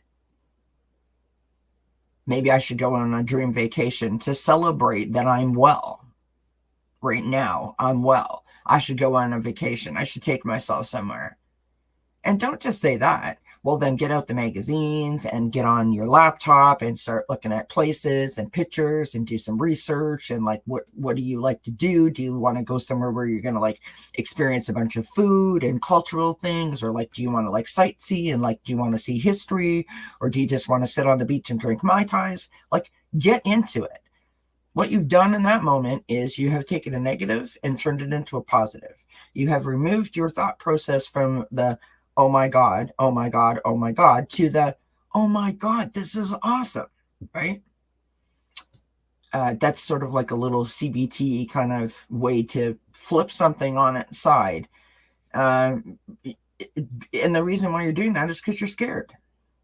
And you need to acknowledge that you're scared. And I'm not saying that you're not, but you need to say it. I'm scared. That's why I'm stuck. And it's totally okay. But you know what? I am strong, and I'm going to unstuck myself. I realize that's not proper English, FYI. I'm going to unstuck myself. And the way I'm going to unstuck myself is because I'm going to make this work for me. Right? It is really hard to stay out of your head. You got to work on it every single day. You can't ever stop giving yourself, because you're worth it, right? Yourself deserves 150% of your conscious mind every single day, telling yourself that you are friggin' awesome. You have a sparkle, and you deserve for the sparkle to be seen by the world. You have a light. Shine it, my friend, right? Don't let this get you over a barrel or stop you from achieving your goals. Nothing has changed. And when I say that, I mean no disrespect. Nothing has changed, meaning you're still you. You're still complete. You're on the other side of the surgery, right? You should be celebrating that you're on the other side of the surgery, not thinking ahead of what could it mean 6 weeks from now, or 6 months from now, or 6 years from now, right? If that makes sense. Not trying to minimize what you went through at all, just trying to make it make sense, my point, what I'm trying to say to you.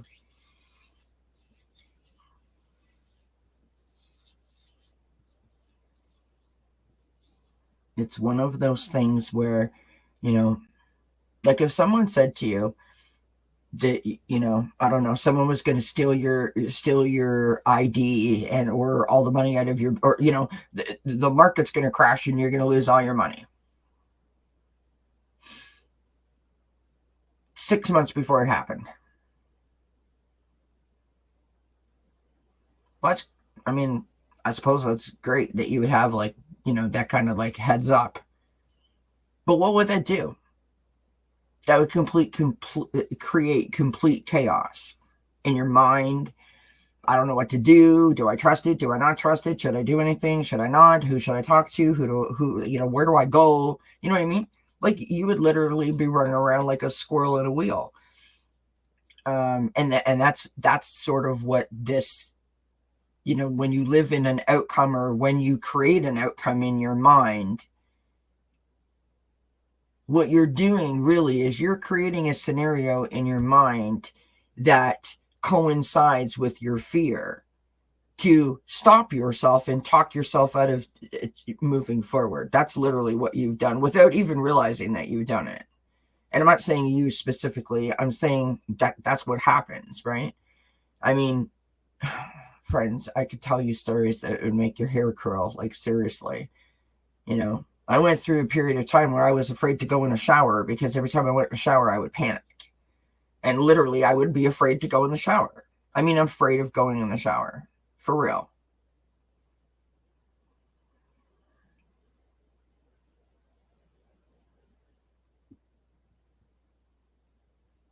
Imagine being afraid of a shower.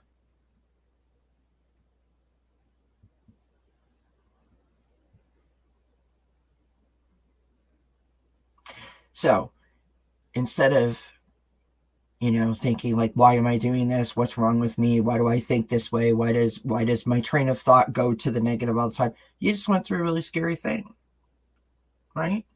You just went through a really scary thing. Don't beat yourself up. It's not a reflection on who you are as a person. I mean, you went through a scary procedure. Any surgery, I don't care whether it's stitches on your pinky or heart surgery.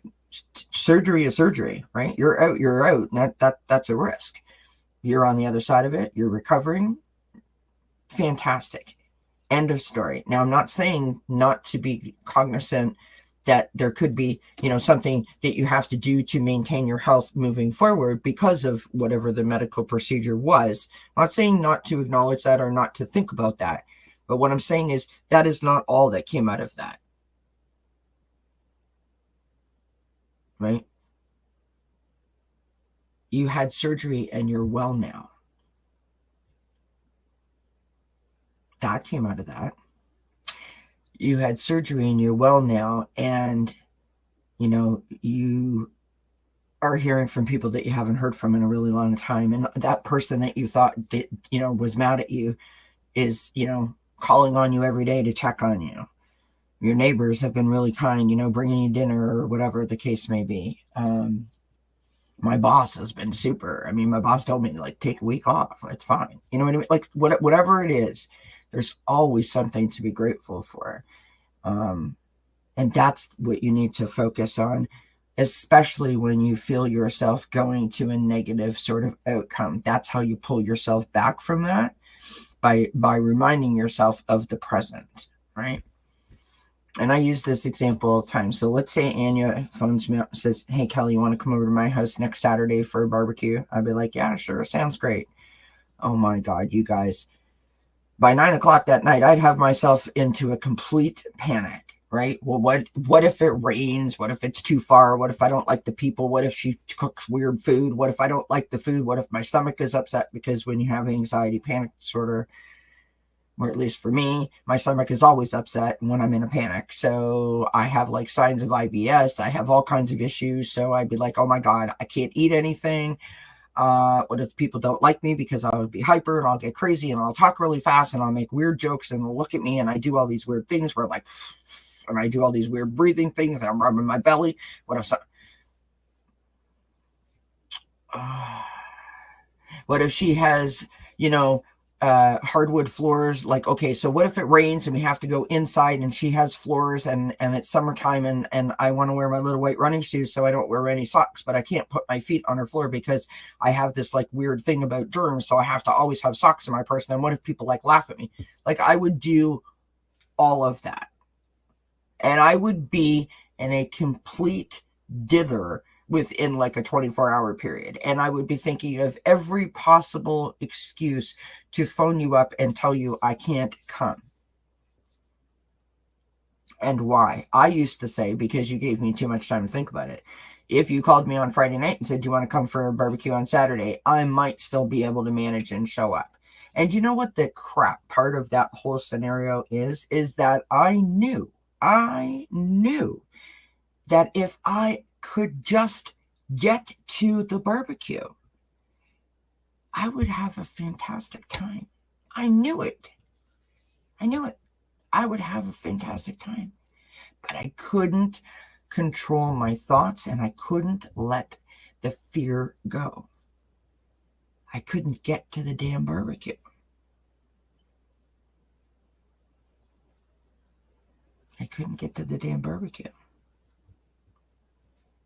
And so because of that, I lost most of my friends because, they're only so understanding, right?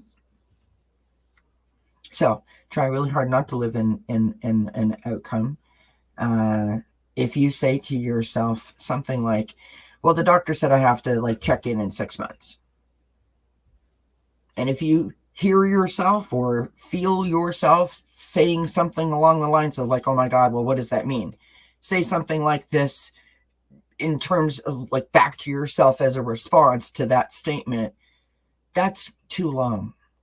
I'm only worried about this week or this 24 hours or whatever. You know what I mean? Try to catch yourself and reel yourself back into the reality so that you don't go there. Hopefully some of those things helped to kind of help that process. Gypsy JJ, oh, thank you, Gypsy JJ. I think you're awesome too. I think everyone here is awesome, and I thank you for listen. If y'all weren't here, I wouldn't be here. So, you know, this is a two-way street. But you know what? My sister actually told me I was awesome today. So. And I told myself I was awesome earlier. So I've been told I was awesome a few times already today, but I appreciate it very much. I will take it. You know, the Leo in me is coming out. Bring it on, friends. Bring it on. I'm kidding. So, I'm here if you guys want to keep talking. I need a cigarette though, I'm not gonna lie. If anybody else has anything that they want to share or they need help with or they have any words of wisdom, you know, and listen, I'm just saying, I'm not trying to promote myself, but I'm just saying there are some people in the chat here who have had private readings from me, and they can tell you whether they thought they were effective or not. If anyone is interested in booking a private reading with me, the information is in the description box below how you can do it, and it is done by donation, which means whatever you can afford. So I'm just putting that out there in the universe. Thanks, Linda. Thank you for being here, my friend. Hi, Ocean Garnett. How you doing? Oh, good, Anya. I'm glad, my friend. I'm glad. I am glad.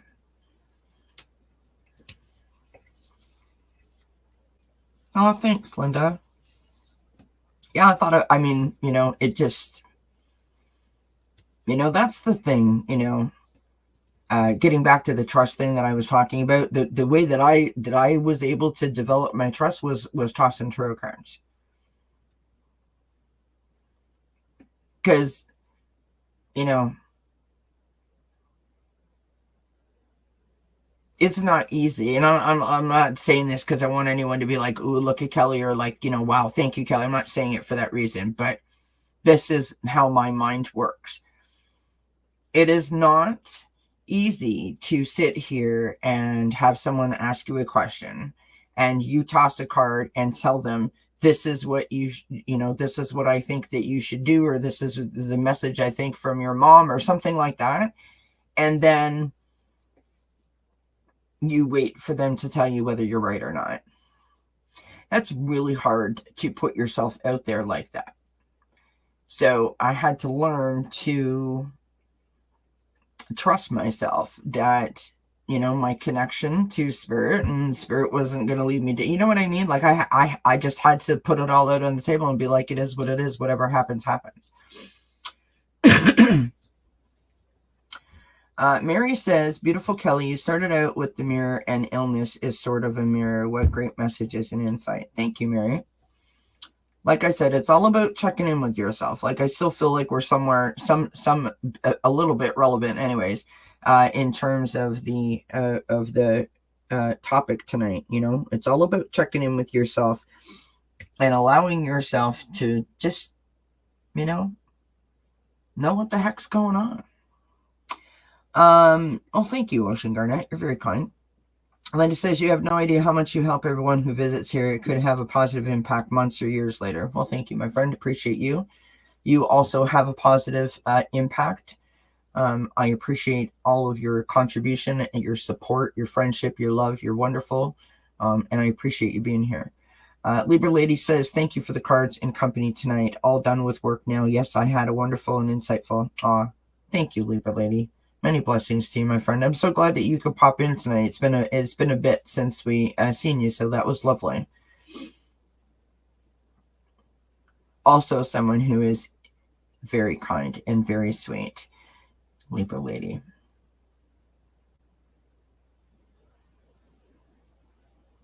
Miss Gypsy JJ, my honorary sister. What a kind thing to say. She heard me on a channel and she wrote that in the chat, that our healing journeys seemed similar, or our healing experiences seemed similar. And she said that she considered me like her sister. Such a kind thing to say. I appreciate that so very much. You're very sweet. You all mean so much to me. Mika is in here all the time, and I know that you, I think I was the one who gave you your first reading or something, and I mean, that means the world to me, you know, that you keep coming back. I love that. Anya's been in here a couple of times, and I'm so appreciative that you all come in and you share, you know, because it's not easy to do that. Ocean Garnett popping in, tell me that I'm looking good. If you had started watching at the beginning, Ocean Garnett, you might not have thought so. I'm just kidding. I'm joking. I did some mirror work in the beginning of the program, so that's why I was saying that. So I got ready using the mirror to do some mirror work and sort of tell a bit of a story, if that makes sense. You'll have to check it out. Oh, thanks, Linda. Peace, joy, peace, love, joy to all. Absolutely. Mika says, life is so hard right now, sending positive vibes. Listen, we got to do it because it is. Life is hard right now, but, you know, right now I'm feeling the love. I hope you guys are feeling it. I'm feeling positive. I'm feeling upbeat. I'm feeling good. You know why? Because we're here together. That's it. That's all. There doesn't have to be any more than that.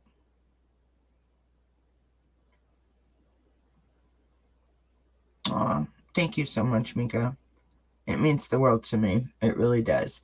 You know, someone left a comment on the show with Susan Lynn that said that it was the most, bear with me here. I actually sent it to Susan Lynn because it meant so much to me. I wanted her to, I didn't know if she had seen it, so I wanted her to see it. I'm probably never going to find it now that I've said that.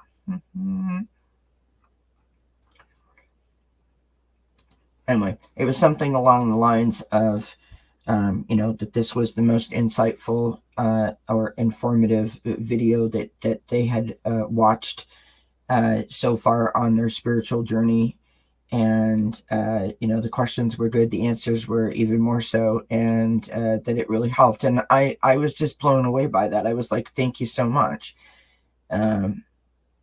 Because that's now that kind of validation, I love to know that you're hearing the message, that it resonates with you. I mean, I could talk about all kinds of stuff. You guys know I got stories. I got stories, friends. I got all kinds of stories. You all know that. So if it resonates, then I'm good. You know what I mean? So I love hearing that.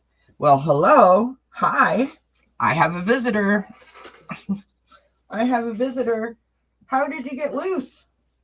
How did you get loose? Bear with me, friends. Bear with me. Hi. How did you get loose, you little monster? Hey, did you break free? Did you break free? Come here. Come here. Oh, did you break free? Who wants to see a Rosie?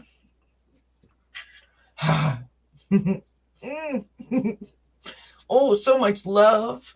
So much love for my baby. Oh, don't give me a wet willy. You crazy. You're crazy. You're crazy. Did you tell everybody that you went to the veterinarians yesterday and you had an excellent checkup? Did you tell everybody that you've gained a whole pound? You've gained a whole pound in just a week. You've gained a whole pound. Did you tell everybody that you had to have a bath because you decided that you wanted to check out the litter box yesterday? Yeah, you were trying to dig a tunnel out of the house via the litter box. Oh, God bless you. This is my baby girl Rose, aka Rosie. Oh, nice. Oh, so What's going on? Did you break free from Daddy? Is Daddy asleep? Hey, Daddy asleep? Thank you for the kisses. I appreciate it. She's just the cutest thing in the whole world. Aw, thank you, Libra lady. She is just the sweetest thing on the planet. She really is. She's so good, but then she is. I mean, just don't tell her no, friends. That's all I'm saying. Thomas says, testimonial. I won a free reading from Kelly during her Christmas Advent calendar giveaway. Her half-hour reading was very thorough and insightful. She truly is a professional, above and beyond. Oh, thank you, Thomas. You're very kind. I really appreciate that. Thank you. That's very sweet. Love is the answer, and you know that for sure. Absolutely. Absolutely. Whoop. She's like a baby. She has like no muscle control, I find. So if I Ocean Garnett says, I love your stories, Kelly, especially the stories about you and your sister. Oh my God, don't get me started. Do you know, when my niece, my sister's daughter, the oldest one, when she was about, I don't know, oh heck, maybe like 5 or 6 or something like that. I can't remember specifically, but like we were at my mom's or whatever, and like we were telling a bunch of stories about, when we were little. And the next thing I know, she just started phoning me and be like, tell me a story. Like, what? So she had a favorite story. And one night she actually said to me, hi, Auntie Kelly, like, tell me a story. And I'm like, okay, about you and mommy. There's that stage in the kid's life where they don't really fully understand how come they weren't there. You know what I mean? She was starting to figure out that we had like a history before her, if that makes sense. And so anyway, she wanted me to tell her this story, or a story. And so I started telling her a story, and she was like, I was like a bit into it. And she was like, I don't like this one. I was like, pardon? She was like, my favorite story is XYZ. And I was like, oh, okay, sorry. So that then became the story, which is the story about the pool. I've told you guys that before. Rosie, Rosie, Rosie, Rosie, Rosie, Rosie, what are you doing? Are you chewing on your leash? Are you supposed to chew on your leash? You guys, she's doing really good with her potty. Mm-hmm. She's a superstar. Yeah, superstar. Look at all the love you're getting. You see all the love? Everybody's showing you love, saying, oh my gosh, look at how gorgeous you are. You guys. The vet said to Mark, took her to the vet, right? The vet said to Mark, like, how old is she? Mark's like, she's like 10 weeks old. The vet's like, you're going to have to get her groomed soon. I'm like, she's 10 weeks old. Who'd heard of grooming a 10-week-old puppy? But that's because, look at her hair. I mean, it's out of control. You got hair like, I don't know what. I don't know what your hair is like. I don't know. It's out of control. It is. It's out of control. But that's what makes you so adorbs. Okay, and there goes the adorableness right out the window. She's like, yep, leaving. Where are you going? Daddy hasn't even come to find you yet, so Daddy must be asleep.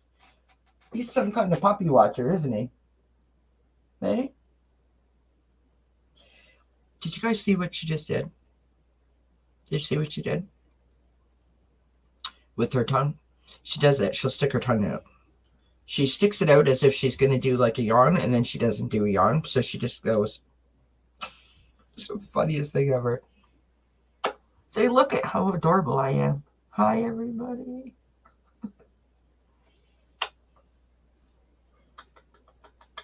Did you tell them that your brother Austin sort of likes you? Your sister Charlotte, she stalks you from across the other side of the room. And your brother Quincy, he doesn't like you at all yet. But Quincy will come into the room now, so this is a good sign. Because for the first week, he was upstairs. He wouldn't even come down to the living room. He was not happy at all. But now Quincy will come into her space. Hey? And Charlotte hangs out with you. My goodness, you're really tired. And Austin will like lay with her and stuff like that. The other day, oh my God, you guys, Austin was sitting in the bed. Just laying, like, not in the bed, the cat bed, laying there minding his own business, and she like just like came around the corner and went pounce right on top of him. Austin was like on his back, paws up. She was like, hi. You know how puppies are, they're a bit spazzy, right? Should we go? Is it night time? Because 6:30 comes early. Yes, it does. 6:30 comes really early. Yes, it does. Yes, it does. Where's Daddy? I don't understand. I don't understand. Yep. This is my life. This reason here is the reason why I can't get the readings out in the morning. Yeah. She has a lot of separation anxiety, so like she just cannot be left alone for like 5 seconds.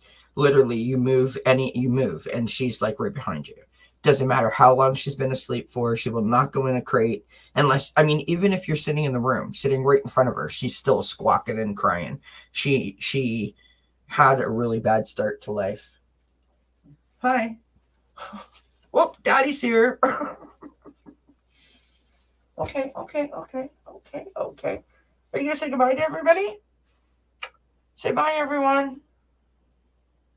I gotta go. My dad's here. Look at her tail, isn't it adorbs? Yes, Ocean Garnet. She follows me everywhere. Like it doesn't matter where I go or what I do. Although all my animals follow me in the bathroom. It's like the general meeting spot in our home. The cats, everybody comes in there.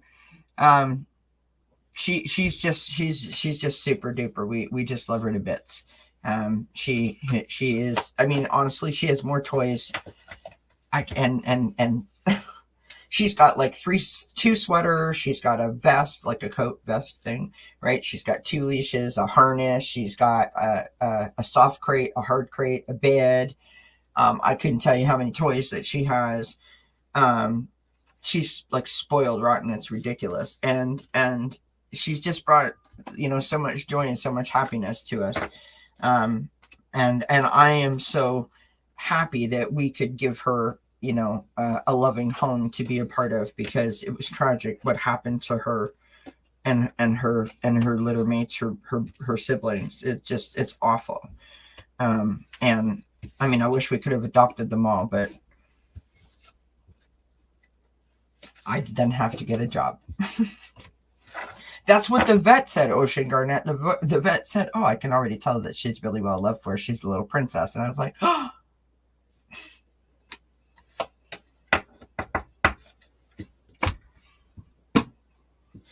Mary says, my puppy is 1 year old. He used to be so little, but now biggest of the 3 dogs, but still a puppy. He is just so damn happy. That is his name.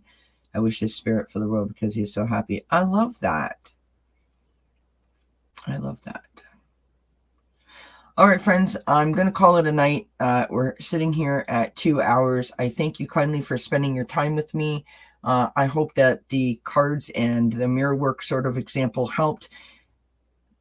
Just check in with yourselves. Make sure you're doing okay. And if you're doing okay, make sure that you celebrate and acknowledge it and celebrate it. You never know. You may be surprised. Like I was. Aw, thanks, Libra Later. Appreciate you, my friend. All right, friends, make sure you give us a thumbs up. Have yourselves a great night. And I am off until Sunday. So I will be back on Sunday night at, we've moved Sunday Connections, by the way. It's not at 3 p.m. anymore. It's at 7 p.m. I think is when I'm here for the full moon readings with Anna. So I will see you guys when I see you next. Many blessings to all of you. Keep doing what you're doing. You're phenomenal people, and I appreciate all of your support. So I will say goodbye now. Bye, everybody. Blessings.